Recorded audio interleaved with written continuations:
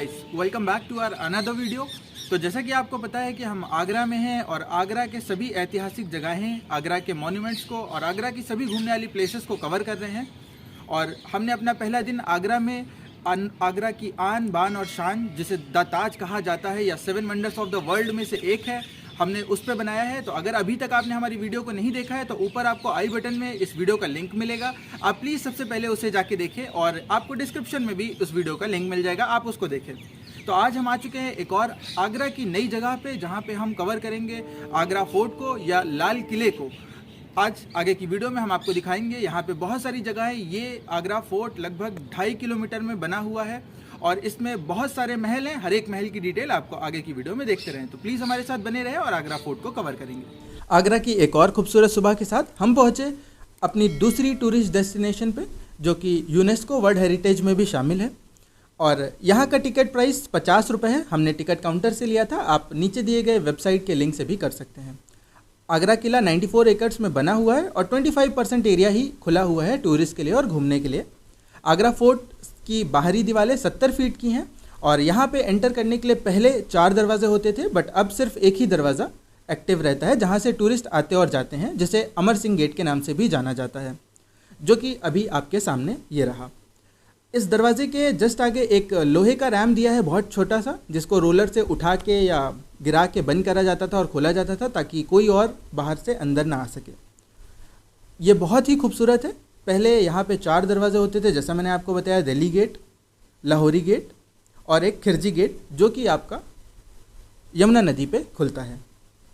आप जब एंटर करेंगे तो आपको एक ही दरवाज़ा दिखेगा, बट खूबसूरती तो यहाँ की ये है कि यहाँ पे आपको एंटर करने के लिए लाइन से 3 दरवाजे पड़ते हैं, पर आपको सिर्फ पहला दरवाज़ा ही दिखेगा जब तक आप दूसरे दरवाजे तक नहीं जाते। हर एक दरवाज़ा 90 डिग्री के एंगल पे बना हुआ है और जिग-जैग में बना है, तो आप एक दरवाजे से दूसरे दरवाजे को नहीं देख पाएंगे।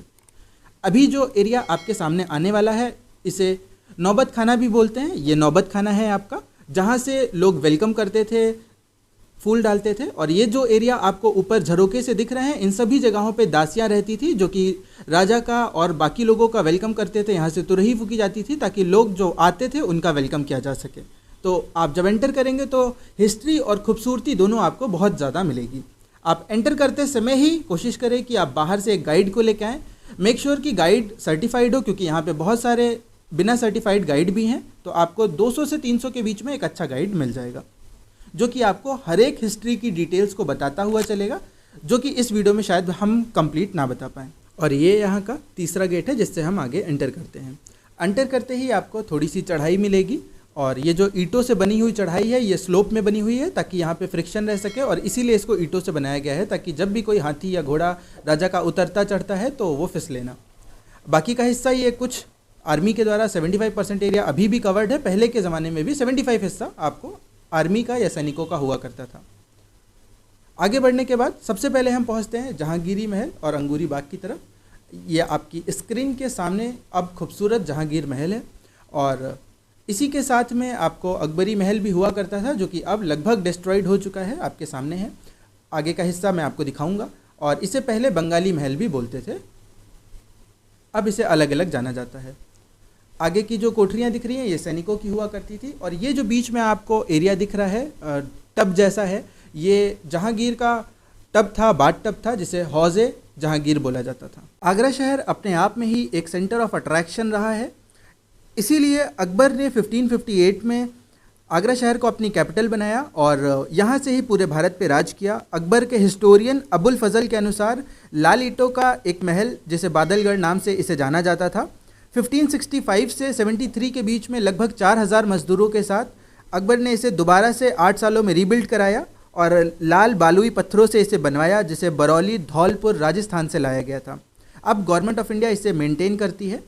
और जैसा कि हमने यहाँ देखा, और बहुत ही अफसोस हुआ हमें इस बात को देख के कि यहाँ पे फ्रेंड्स और लवर्स जो भी आते हैं अपना नाम लिखते हैं। तो प्लीज़ आप ये चीज़ ना करें, अपने प्यार का प्रदर्शन यहाँ पे ना करें, क्योंकि आगरा शहर, ताजमहल अपने आप में एक प्यार का बहुत ही बड़ा प्रतीक है। तो आप इस जगह को खूबसूरत बनाए रखने में मदद करें। साथ ही ये जगह की अब मरम्मत करती रहती है गवर्नमेंट, तो डिटेल्स को बचा पाना बहुत ही मुश्किल होता है। उस समय के लोगों ने बहुत ही खूबसूरती से डिटेलिंग करी है, और अब जो जहाँ पे रिपेयर होता है वहाँ पे डिटेलिंग ख़त्म हो जाती है। तो आप जब भी जाएं तो बहुत खूबसूरती से इस चीज़ को देखें। ये 2 कुएँ, आगे बढ़ने पे हमें 2 कुएँ दिखते हैं। अकबरी महल के जस्ट बगल में 2 बड़े कुएँ दिए गए हैं और ना जाने इसका क्या काम है, बट हमारे टूरिस्ट गाइड को भी इसके बारे में ज़्यादा डिटेल नहीं मालूम थी।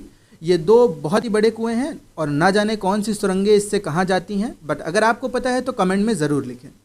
यहाँ से हटने के बाद हम पहुँचते हैं जहांगीर महल को।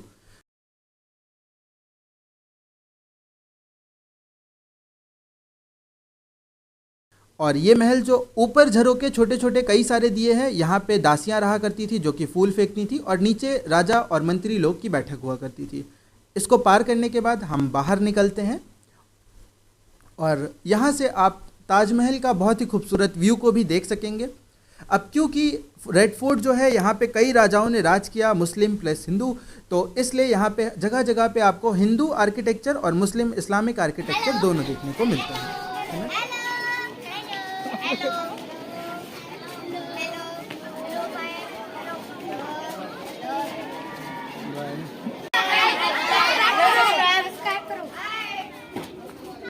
तो आज के लिए बस इतना ही। आगे के सेकंड पार्ट में हम वाइट मार्बल का सारा हिस्सा कवर करेंगे जो कि सेकंड पार्ट में वीडियो के आएगा।